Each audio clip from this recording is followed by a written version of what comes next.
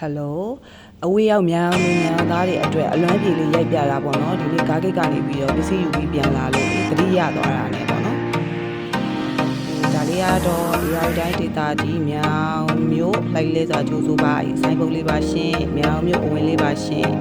မြောင်မျိုးလေးရဆိုရင်ဖြင့်တစ်ပင်တိရိတ်တွေလည်းပေါ်တယ်နော်တစ်ပင်ပန်းမယ်အနေနဲ့စိမ့်လန်းဆိုပြီးတော့တကယ်ကိုလှပတဲ့ရှူကင်းလေးကိုခန်းစားရမှာဖြစ်ပါတယ်ရှင်မြောင်သားတွေကလည်းပေါ့နော်အရင်သဘောကောင်းတယ်ဘယ်လိုပြောမလဲလှိုက်လဲနဲ့သဘောကောင်းတယ်နှွေးထွေးမှုလည်းရှိတယ်မြောင်သားတွေအားလုံးလည်းချောကြပါလေရှင်မြောင်ရောက်ရင်ဖြင့် Shanghai Palace SKV Riverview Restaurant ကိုလာခဲ့ပြီးဖိတ်ခေါ်ပါတယ်နော်ဒါလေးကတော့ကြားဖြတ်ကြော်ညာပေါ့ရှင်မြောင်ရောက်လာပြီဆိုလို့ရှိရင်ဒီ restaurant လေးကလည်းမဖြစ်မနေလာရမယ့်နေရာလေးတစ်ခုပေါ့နော်အခုဆိုရင်ဒါမြို့ချောင်းလမ်းနဲ့လမ်းဆောင်မှာရှိတဲ့ Welcome to မြောင်ဆိုင်းဘုတ်အကြီးကိုမြင်ရမှာဖြစ်ပါတယ်ရှင်အရန်လှပတဲ့ရှူကင်းကိုခန်းစားရမယ်တားလှရှင်ဟိုဘက်ကလေးကနေပြီးတော့တစ်ခါပြန်ရိုက်ပြအောင်မယ်နော်ဟိုဘက်ကလေးကနေရိုက်ပြရင်လည်းတအားလှတာ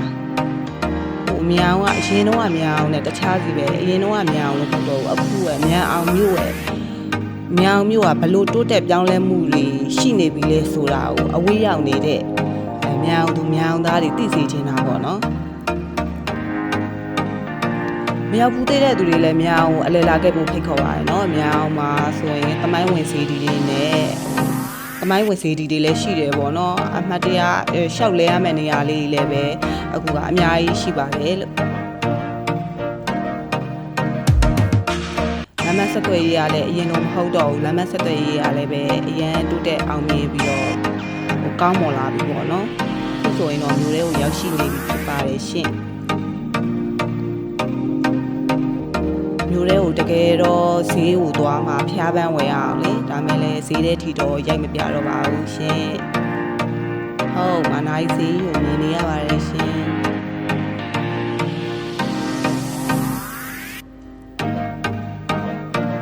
ဆိုရင်တော့မြောင်ဈေးတွေကိုရောက်နေတာလေမြောင်ဈေးတွေကိုရောက်နေတာဖြစ်ပါတယ်ရှင်